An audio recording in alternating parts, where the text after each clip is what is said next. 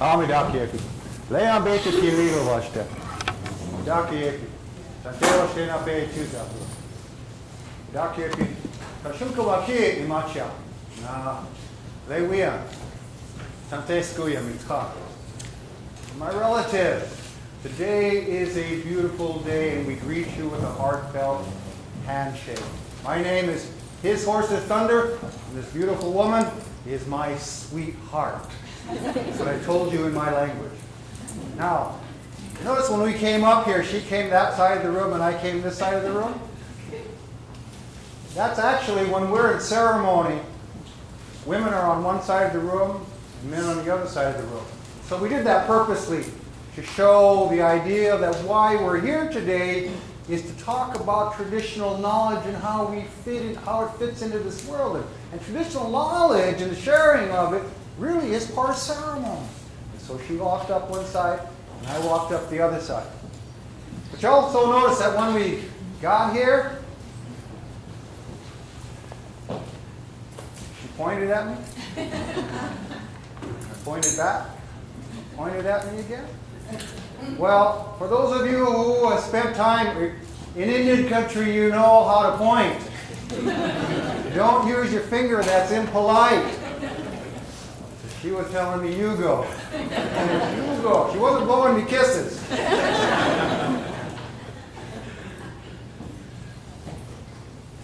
Relatives, we want to thank you for inviting us here. This is an honor and a pleasure for us. I want to say thank you to the councilmen who both sang as well as welcomed everybody here.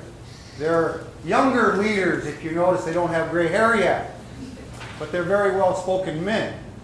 And that's something that is required of leadership.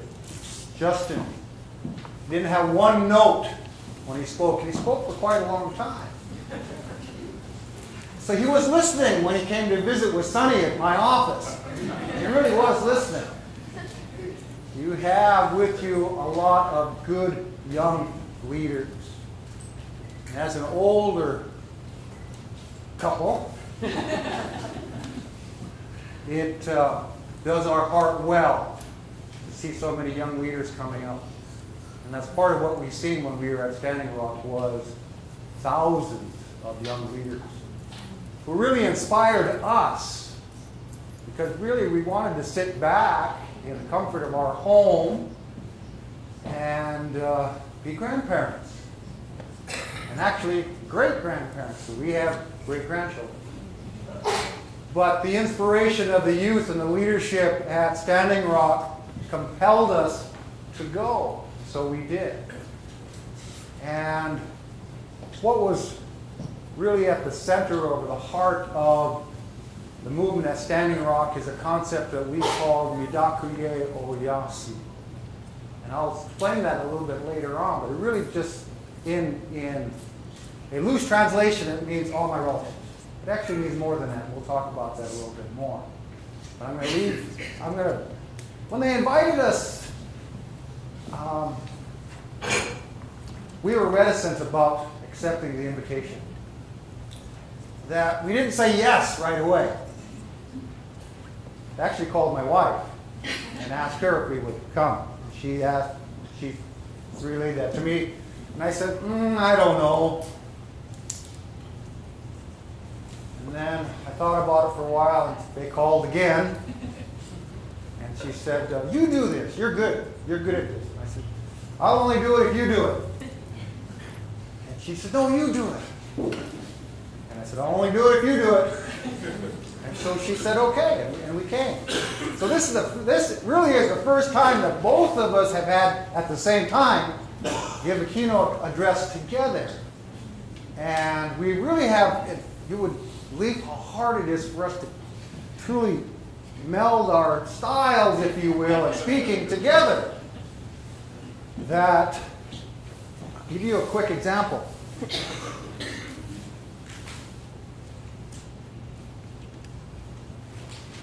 Here's how I give a speech. There's my notes. There's her notes.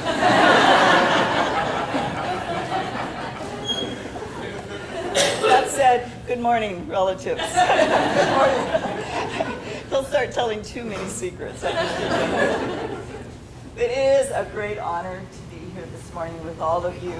And I really want to commend Northwest Indian College because you truly are on the cutting edge of creating an educational environment from an Indigenous worldview. And that's not an easy task to accomplish, but this is happening here at this institution. And I have had the privilege of seeing it firsthand, as President Gilroy had said, that I was asked to come and visit the institution as they prepared their self-study. So it is truly an honor to be here and to be in this building. As I was visiting about this building, this place is so special. It has a spirit. It has a spirit. And you know that this has been a gathering place for this institution and likely the community for happy occasions like this, for really happy occasions. And you know that those feelings, that generosity, the welcoming, the honoring, have been absorbed in this building. And so that is even a stronger spirit and will continue to strengthen. So I really appreciate it. This is truly an honor to be here and to be here in this building. And as Ron says, I should tell you, I am Nakota. I carry the name Wigiana Inchinaji, which is Thunderbird who stands up for herself. And in our culture, when we're given a name, and this is the third name that I carry, because my grandfather stopped and said, wait, we need to give you another name. And so whatever he saw, he gave this name, and now it's a name that I must live up to. So share that as a precursor to what took place at Standing Rock. But we live at Standing Rock. We ranch there. My husband works full-time and then comes home and works full-time again as he tends to the cattle and tends to the horses and tends to putting up hay all summer long and everything. But we live there. Our home is about 15 miles from where the camps took place, just south of there. And we started, our involvement initially was just to be good relatives. To be good relatives, because when people have come to our community, we always invite them. We invite them to come have a meal with us. Justin and Sunny have been there. Carol and Fern have been there. And Joan LaFrance, when she's been down to the Standing Rock community, has come. I know Joan's here. But so to us, that's how we're good relatives. That we invite you, we share food, we visit with you. And so as the camps, when people started coming, we realized that there was a lot of people, and so we could, and they weren't coming to see us, they were coming to experience the camp, to hear the stories and things. And so we started simply with Ron helping people set up camp, to helping people put teepees up. Ron could put a teepee up in 10 minutes. I can time him, he's good. So putting camps up, realizing that cooking over an open fire or open grill was difficult to prepare certain kinds of food. So I loved to bake, so I would bake things and we would take it over. There was laundry to be done, and so those are the kinds of things that we engaged in, and then we would visit, and hear the stories. See the look? Deb says I can put up a teepee in 10 minutes.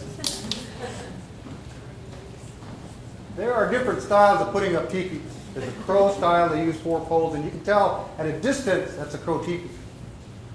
And Hunkpapa Lakotas, which is where I come from, have a distinct style. My wife, Nakota, they have a distinct style. When we got married, we set up teepees on my friend's, in his yard, his ranch. And I was setting up her teepee. And and she told me to take it down. And so I tried again. She told me to take it down. I tried a third time, and she said, no. And I looked at her. I says, we're not married yet. And she says, that's right. And so I learned how to set up a teepee Nakota style because women own the teepees. And so I really learned from her how to set up the way she likes it. And yeah, I can do it in 10 minutes, but she's standing there like,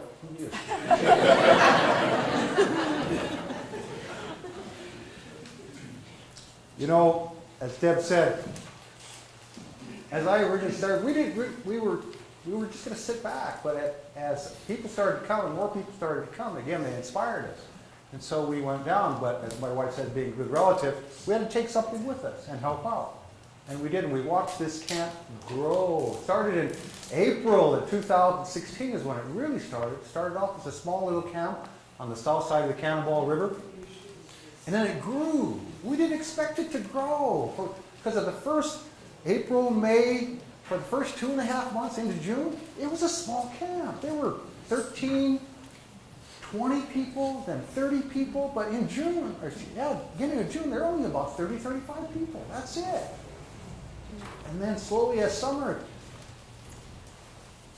came, there were more and more and more people. Then there became 300 people in this little camp alongside the riverbank. And it outgrew the spot that was in. So many people were coming. So the tribe had decided, let's open up an area where there's much more camping space. And so they chose a spot on the north side of the river, Cannonball River. And that's what everybody refers to as the Oceti-Shakoi camp. It's the camp on the north side of the river. And again, at first, that only started with a couple of teepees as well, too. But the tribe sent an invite out to other tribal nations. And they started to come. And they didn't come one or two. The Oglalas showed up. They brought about 100 people with them, just the Oglala Sioux tribe. Cheyenne River showed up, and they brought 70-some people. And pretty soon, this thing started to grow. And there were a few hundred people in the Oceti-Shakoi camp. And then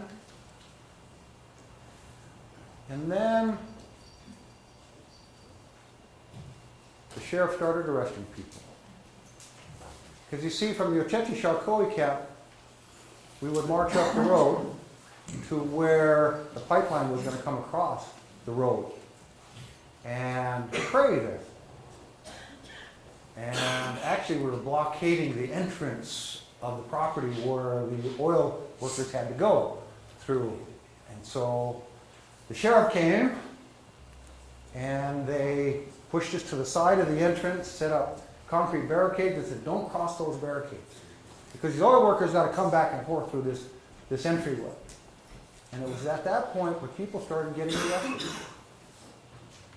Because if you stood on top of those barricades, you got arrested. If you stood behind them, okay. But if you even stood on top of them, you got arrested. And so there were some decisions made in camp that we truly needed. We needed to gather the attention of the world. In order to do that, one of the strategies was people had to get arrested. Peacefully, though. Peacefully, they had to get arrested. And so they would strategize, and they would say, who's arrestable here the night before? They really would. They would say, who's arrestable? Who wants to get arrested, and who's arrestable? Well, anybody's arrestable, but we wanted to make sure that the people who got arrested didn't have records. That we could bail them out of jail right away. They didn't have warrants someplace else. We could bail them out of jail right away. And so people were selected, 3, 4, 5 people a day, to stand on top of those barriers and get arrested. And that's then when the media, the social media, starts sending that across Indian country. And then our tribal chairman got arrested. On the day he got arrested, word came through that as they were plowing up the ground, that they came across some bones, and we thought they were human bones. And that upset everybody. It did. So we were going to go out to that land where they found those bombers. And the cops are there trying to stop us from going over those barricades. It didn't stop people. They just rushed over. And our chairman, and at least one of our other council members, got arrested that day. Again, mass attention through social media. Not so much the local media, not so much the regular news sources, but social media sent the word out. And then hundreds more people showed up. Hundreds. And we tried to tell them this, simply this, that we don't want you here because where you're building this pipeline is a sacred ground to us. We have relatives that are buried in front of where that pipeline is going. One, relatives buried, as well as sacred sites where we pray. And that is our traditional homeland. It is part of our treaty ground. It is unceded territory. Let us go and tell you where they're at. See, the pipeline company basically had engaged with the State Historical Preservation Office, and they came through and said, there's nothing here. The state SHPO, as they call it, didn't know what to look for. But our THPO officers, our Tribal Historic Preservation officers, knew what were sacred sites to us. And so they went and they started identifying sacred sites. And the very next day, after we told them, look, these sacred sites are in your pathway, the very next day, the oil company moved their heavy equipment 20 miles and brought it in and started bulldozing those sacred sites. The very next day, before we could introduce that as evidence in court, because there was a court battle going on at the same time. So before we could introduce it into court as evidence, they started destroying them. And when we seen that, people came from the camp by the hundreds, because it's, again, a peaceful, prayerful camp. We weren't there to engage with them physically. That's not what we were all about. But when we knew they were destroying sacred sites, hundreds of people came up from the camp and flooded the ground where they were destroying sacred sites. Went over a hill, and on the other hill, what met us? Dapple security with dogs. And they engaged us with dogs. And so it became violent, if you will, but the violence was precipitated by their action and then initiated the violence. That went out on social media, and then thousands of people showed up. Thousands. And the camp grew from 1,000 people to 3,000 people to 10,000 people. And we had seen, again, them people getting arrested, people being attacked. And we couldn't sit back and just provide food and assist in camp anymore. My wife said, we need to go to the front lines. And actually, she'd go when I was at work, and I'll let her tell you about her experiences being. She didn't know I was going to do that to her. I get real emotional. I think, tell us part, because I'll get too emotional. It really is a traumatic experience, because, you know, we're there in prayer, and so as we stood, and remember, I carry the name. It wasn't Thunderbird who runs the other direction. It's Thunderbird who stands up for herself. And so as we encountered the tanks, the military across, and they were just coming for us. And so we stood our ground, and we ended up spending 3 wonderful days in jail well, they moved us to Fargo. They didn't keep us there, but 127 people were arrested that day. And when you see the photos of these folks, and there's been some comparisons back in the early days when you see our ancestors sitting there waiting because they were being contained or held. by the Army then, and you see those folks sitting on the ground. Very, very similar situations. You know, as this camp became more established, as this became not simply a local issue, but when this grew to be a movement, there was a lot of really surreal aspects that we experienced. And I started thinking about this in terms of our history. And as a Nakota, there's in 1832, there was a delegation of Nakota leaders that was invited to Washington, D.C. by President Andrew Jackson. And among the Nakota was a man called Ajonjon. He's called, in English, it means in the light. And some of you may have seen this painting by George Catlin. And the subtitle is often called the Assiniboine Dandy, because he's portrayed in this photo first this way in traditional regalia when he arrived in D.C. And then back to back, he's there in top hat and tails. But he went, when he was asked to go to Washington, D.C. for the people, he was very, very meticulous about trying to remember all those details because he had to come back and tell the people. And so, of course, the strategy of the president in the U.S. government at the time was to show this great might and this lavish, foods and halls and buildings and cobbled streets and all of these things. And so he came back to the people afterwards. And as he came back and he started telling these stories about what it was like, there's more, I tried to keep track of the people, and I notched everything, and there were still more people.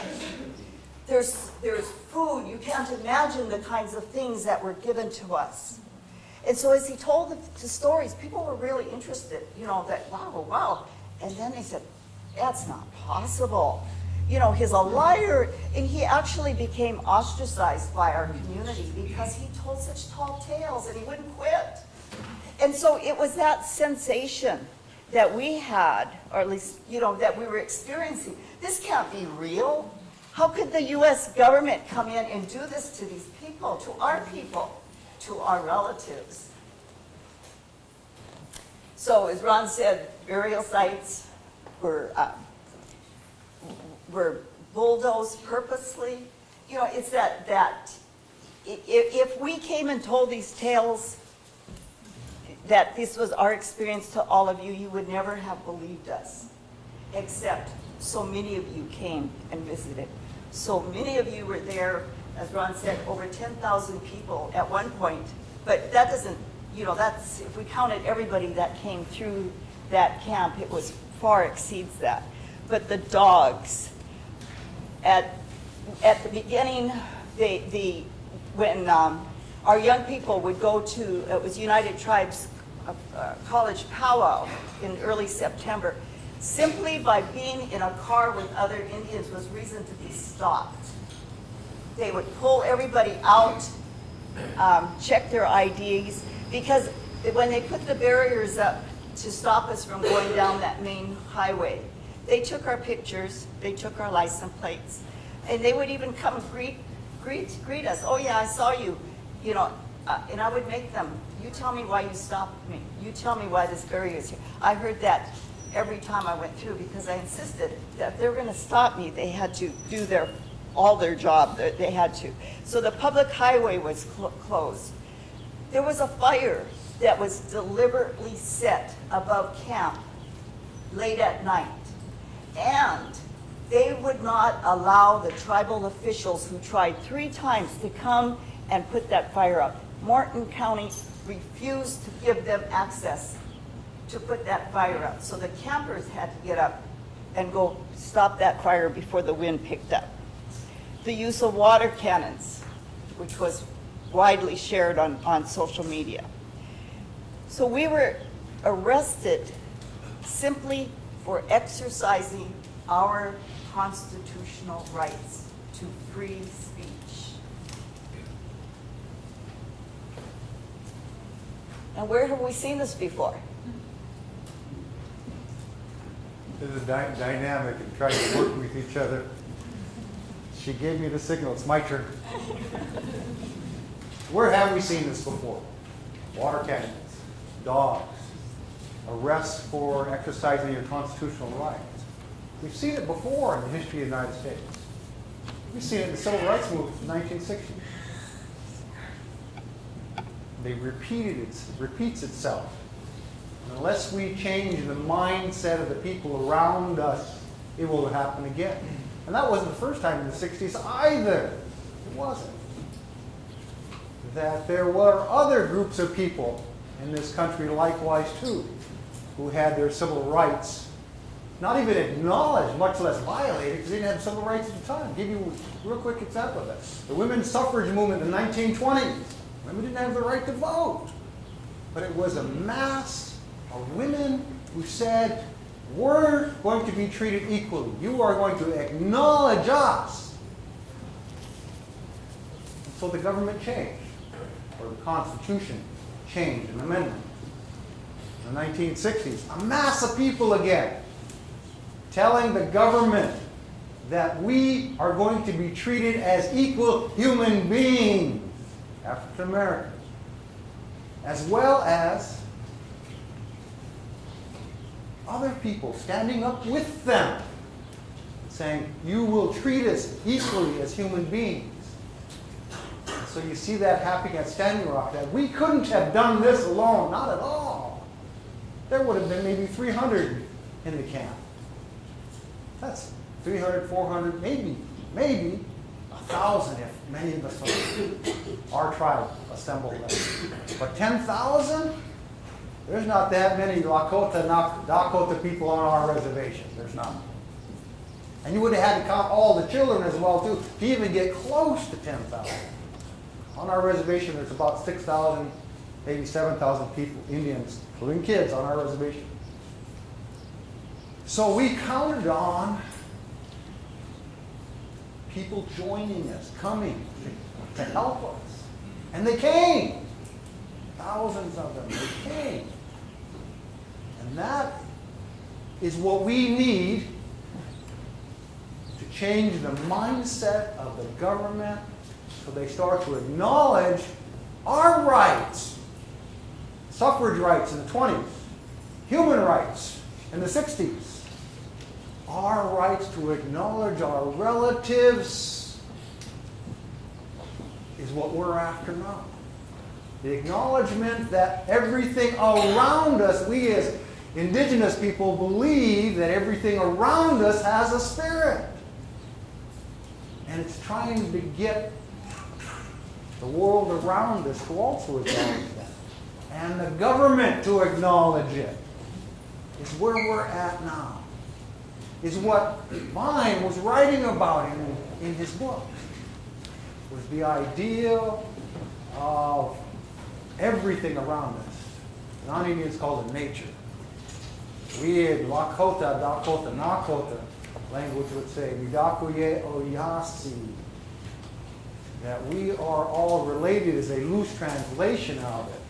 People say, when I say that to people, Mitakuye, Oyasin, and say it means that we're all related, they think in terms of human beings alone, that we are related. We're all human beings and we're related, but it goes way beyond that in concept. It truly means that everything around us that we're related to, and they're related to us. Everything. So for us, everything has a spirit. And we need to change the mindset of the world around us to also acknowledge that. And that takes a masses of people to join with us and acknowledge that yes, everything does have a spirit. Everything does have a right to exist. And that's truly what the movement was in terms of Standing Rock and the people coming, was the acknowledgement of that. Now we frame that in two other legal questions in order to get that in front of their politicians and in front of their courts. We frame that differently than saying acknowledge that everything has a spirit. So if we said that, they just say, they have a different mindset. So they would just totally reject it right now, offhand. have to put that in more legal terms that they start to understand. And so we say, EPA, do your job. They understand that. EPA, do your job. We're after protecting the waters, we told them. Protecting the water. And there are EPA regulations. Do your job. They understood that, and they're going to use their legal terminology to decide whether or not they can go ahead and build this pipeline that may leak. There's a test, a weighing and measuring of benefits versus potential harm. The EPA measurement. Well, that was one. The other legal terminology we were using, there are laws that say that sacred sites are to be protected. There are. And so we were using those in the courtrooms as well, too. Also part of the terminology in terms of EPA environmental assessment, environmental impact statement, using their terminologies again that they understand. And did you know that to cross the Missouri River they did an environmental assessment, right? And that's minimal requirements. Environmental assessments are minimal requirements. It's the EIS, environmental impact statement, that takes time. You truly have to assess and weigh benefits versus possible harm. They didn't want to do that. So they did an EA, Corps of Engineers, environmental assessment. Interesting thing is this. They allowed Energy Transfer Partners, ETP, to do the EA. They allowed them to do the assessment. And then they looked at it and said, yep, all good. Let's give them a permit. We said, no, that's not good enough. You need to do an environmental impact statement. Again, we're trying to protect our relatives. The idea that everything has a spirit, everything around us is our relatives. What we're really after, using their terminology, saying we want an environmental impact statement done. And at first they drug their feet and said, no. We consulted you and you didn't say that before. Well, they came to us in 2014 to our tribal chambers and they said, we're going to put this pipeline in. And we said, no. Tribal Council resolution, we oppose this. And they left, and they did it anyway. And then they come back later and they said, oh, we consulted with you. That's part of what the law requires, is that we consult with tribes. Well, that was their consultation with us. And then they would invite us to another meeting, and we said, no, we already told you, no. And then they would invite us to another meeting 6 months later. We told you no, so we wouldn't go to the meeting. We kept telling them no. And so they had all these letters of invite to us. May we invited you. September we invited you. The following year in January. And you guys never showed up. And they introduced that to the court. And the court said, you guys didn't go? I said, no. We told them in 2014 no. How many times have we got to tell them no? So while you didn't go to their meetings, they invited you, therefore they had met their requirements under the law to consult with you. And therefore you lose. So we're still fighting in the courts about that. And what we're asking for, what an environmental impact statement simply asks companies to do is to determine what will be the impact on the environment. What will be the impact? If there's adverse impact, what steps are you going to take to protect? What are the basic steps? Again, it's this surreal quality. Why is that such a difficult task? Why is that so difficult? Taking a look at what kinds of resources are going to be destroyed, what kinds of resources will, how are you going to address this? So the concept seems just basic common sense, and yet there was great pushback. Of course, Obama stepped in. It required the environmental impact statement to be done, which was changed, immediately rescinded afterwards. But you have to remember that this is truly a clash of perspectives, of worldviews.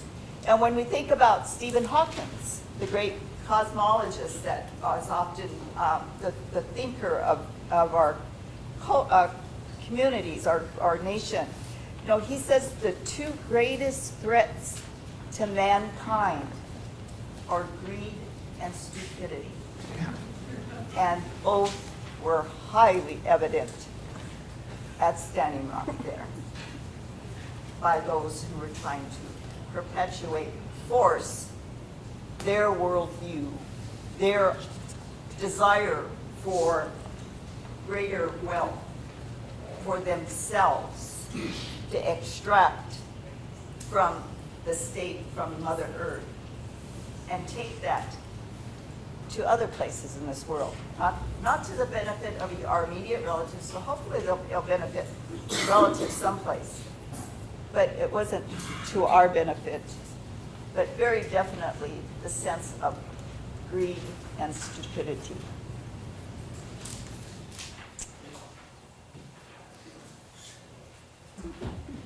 I'm lost on our notes. You've jumped around, so I'm going all over the place. I'm trying to structure him. Why my notes? I'll write a note and I'll do an arrow down here. And I handwrite everything because as I present anyways, I sometimes do jump all over the place. Well, I will say that in terms of where things stand now, there were 761 arrests that were reportedly made during the course of this time at Standing Rock. 2 arrestees standing before you. There's been a sense of harassment even in that process.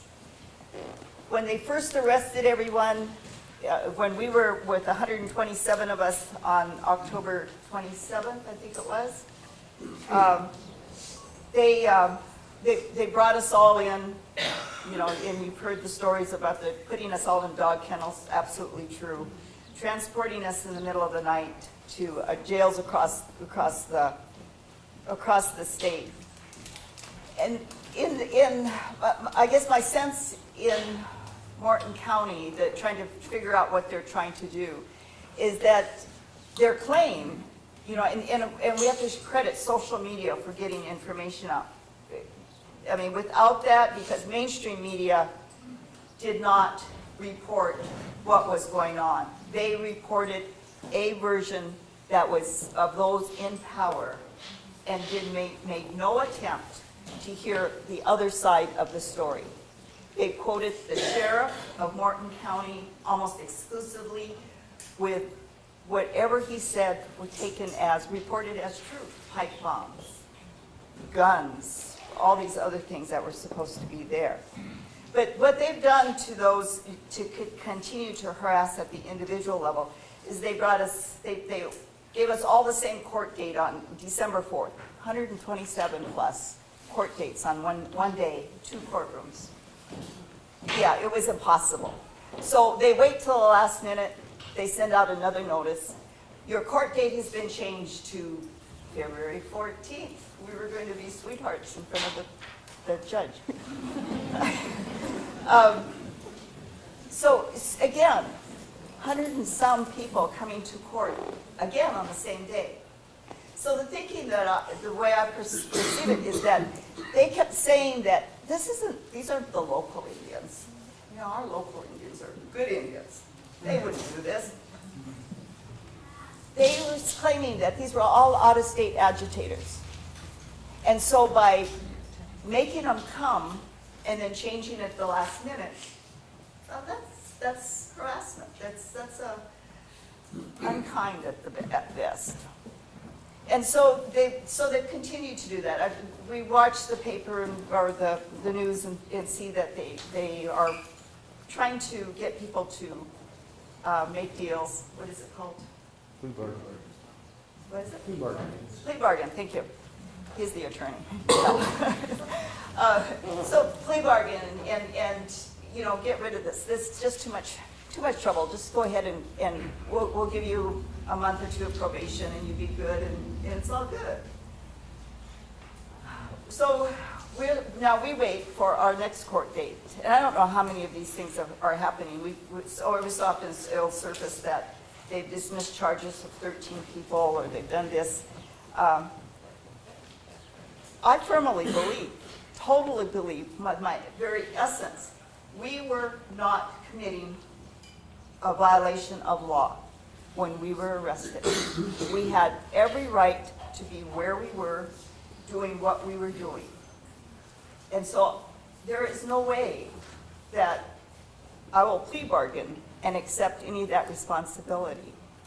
So you may all be sending me cookies in jail, but so that's at the individual level, and now there's the tribe and their battle within the courts, not just the Standing Rock Sioux tribe. There are indigenous people around the world who are battling basically the same battle, and that is fighting for the idea that everything is related. Everything has a right. Everything has a right. Not just human beings, but everything has a right. And those are battles that are taking place across the world. They are. And it is indigenous peoples from those lands who are leading those battles. One which recently has come to light in terms of court and settlement, if you will, in court, was in New Zealand, where the Maori people got the government, the Crown, to agree in court that a particular river in New Zealand now has the same rights or personhood as a human being. Now, it can't go to court by itself, so they have appointed two people to speak for and become the advocates of that river. One being a native Maori, another person being a member of the Crown. They get to advocate for the river, but the ideal being that the river has rights. We see in European court system that you cannot go to court, you cannot file a lawsuit unless somehow you've been harmed. Okay? You have to be the person who was harmed.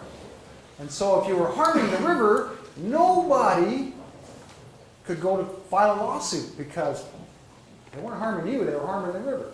But the river has no rights, and so the river doesn't get to file in court. You have to have standing, they call it. It's a legal term. You have to have standing. You have to be the person who was hurt. And so in New Zealand, this river now has been given personhood, all right? Rights. Hey, its rights have been acknowledged.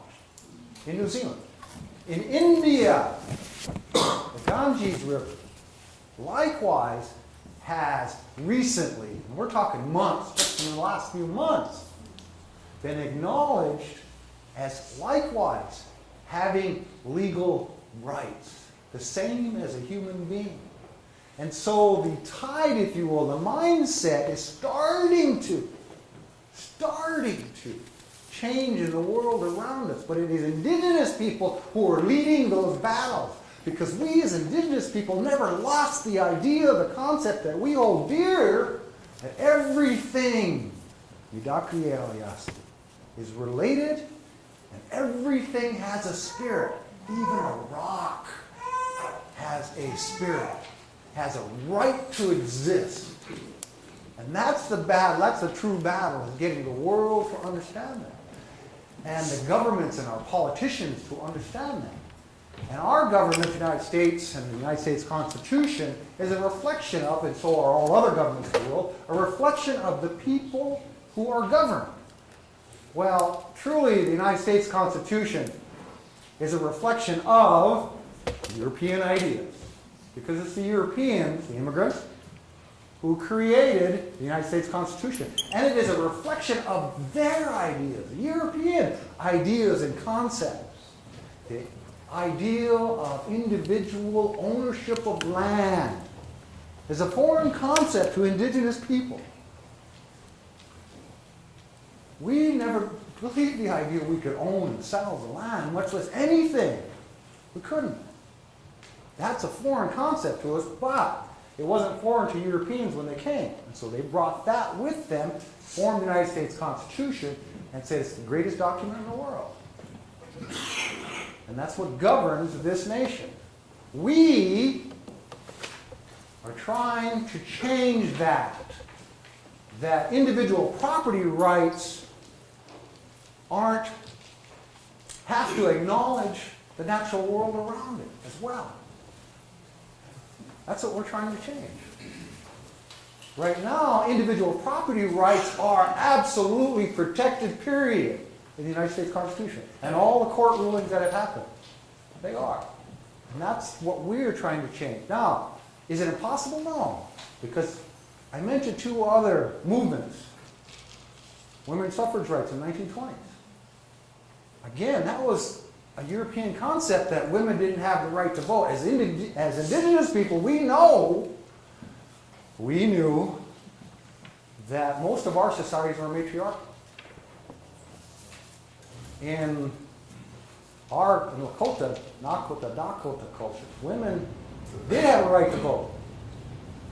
They told their men when they go to the council, you better vote this way. Truly, that's what they did. They did. And so, the 60s came and African Americans were considered human beings. And so you had to change the Constitution by amendments, giving civil rights to everybody. And it doesn't stop. It didn't stop there. It's continued. And so we are trying to impress upon the United States people, politicians, the world, the idea that everything has a spirit. That we have responsibilities to the world around us who are relatives is what we are trying to impress upon. And that's what the camp was truly about. Changing the mindset of the rest of the world to acknowledge that everything has a spirit. The United States the Constitution talks about individual rights. Individual rights. It doesn't talk about responsibilities. We as indigenous people did believe in individual rights, but not at the expense of our responsibilities to our relatives all around us. That you could not engage in an activity as an individual that hurt other people, one, also could not hurt the environment, we're using an English terminology, around you. You couldn't. Your individual rights did not outweigh the rights of the world around you. They didn't. So that's what we're trying to impress upon and change the Constitution, change the laws to acknowledge that everything has a right. The rivers have a right. The animals have a right. The air that we breathe has a right to be clean. And it's not impossible to change that, but it takes that mass of people. Because we are the voice, if you will. And we, when we gather in mass, can change the attitudes of politicians, who then change our Constitution, the laws that govern the world, or govern our country at least. That's our responsibility. So, we talk about Mitakuye, Oyasin, we are all related. There are our responsibilities. That is, we must look after everything around us. But the challenges that we face are convincing everybody else that our individual rights aren't the only thing that we need to be concerned about. And I mean, this gathering here is a perfect step in that process, because it does take education. It does take the effort of each one of us to share this perspective, to help other people understand it. So when President Deborah was talking about all the PhD people, the terminal degree people here that are in this room, that's part of that responsibility, is to help people understand these concepts, to teach. The reason for Northwest Indian College, there's been such an invisibility of our people. Textbooks, the standard curriculum, all of that. We have to change that, and it means every one of us has to take that step. We're also trying to speak in the language of the other world, that power structure, the greed, the one that thinks in money. And we've seen this with the allies that have stepped forward and divested, that have stepped up and taken back and said, we can, if we're going to use our money, but we're going to put it where they're not investing in things like this. They're not hurting our relatives. So we've got many individuals, many of you see hands being raised saying, I have, that we've taken our money out of those banks. We see countries, Norway, the Dutch have taken their money out. We see cities, Seattle, and my guess is Bellingham probably has too, if they were, no? Yeah, I mean, Bellingham, you've been just a good, real strong ally here. But a number of major cities have just, and that's not an easy task to take all those accounts and put them someplace where it's meaningful. But that's the language. That's the language that they speak. The other thing, and I really commend Washington on Maria Cantwell, your congressional person, she, along with Tom Carper from Delaware, have been asking, well, what's going on there? What is the impact? You know, do we just stop and say, do what you want to do over with Dakota Access? They've been asking, they've been saying, tell us, give us an update. What's going on here? You know, is there some damage? Last month, I mean, they're just now turning the valve on that pipeline, and they've already spilled 84 gallons of petroleum in South Dakota. That's not even fully operational at this point. So what more can we expect? The company, if it's been repeated over and over, has one of the worst safety records in the industry. And so who's watching? Who, you know, if we don't voice saying that we care, we need to have some answers, then it just kind of like goes away, and they do what they want to do. There's been horrific legislation proposed in North Dakota as a result of this, which is a whole nother story that we won't take the time in. But I mean, they're trying to move in ways that would just silence all of us. And it's critical that we don't allow that to happen, that we continue the pressure on our congressional representatives to make these, to get answers, to make changes that truly protect our relatives. So in conclusion, we're gonna wrap up here, but I wanted to share a little bit more with you about the day we got arrested. That we went up to what they call the front line, and we knew the sheriff and the National Guard. They had about 400, 500 police officers all lined up, and we were on a roadway again into the entrance into the. Oh, that's right. We're real cautious. We still got to go to court, and if that tape gets released before we go to court, the cops will find it. They'll use it against it. They really will. So we're real careful about how we talk about that day. So I won't talk about where we were or what we were doing. But I'll tell you this much. That we thought we were going to get arrested, and so we stood still. We're going to stand here prayer and peaceful. We're not going to yell at them. We're not going to throw anything. We're going to stand here. We have a right to be here. The right under the Constitution to free speech. Although we didn't say anything.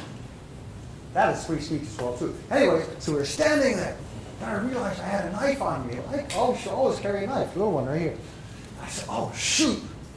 I ran away, tried to give my wife my knife, not my wife. Tried to give my knife to people. And they said, no. So finally I found a young lady, and she said, okay, Ron, I'll take your knife.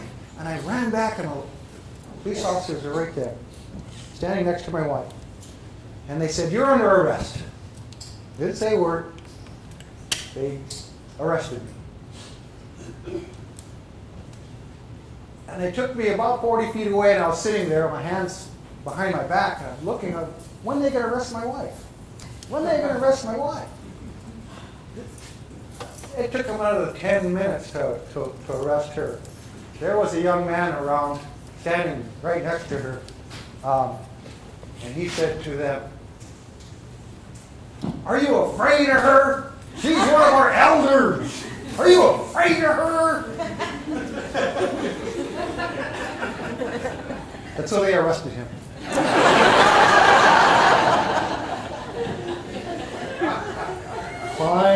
Finally, they arrested her too. We were standing right here next to each other. There's all these cops like this. And they just, you're under arrest. They hauled me away. Took them a long time to arrest her. Her name truly reflects who she is. She does stand up for herself. She does. And those cops seen that. As a result of there's terms that come out of any kind of interaction. And so there's a term that's come out of Standing Rock that the young people are using. And they say, as they think about their experience, that we are woke. We are woke. We are woke. So if you all would please raise your arm over your head and say, Mini Wichoni.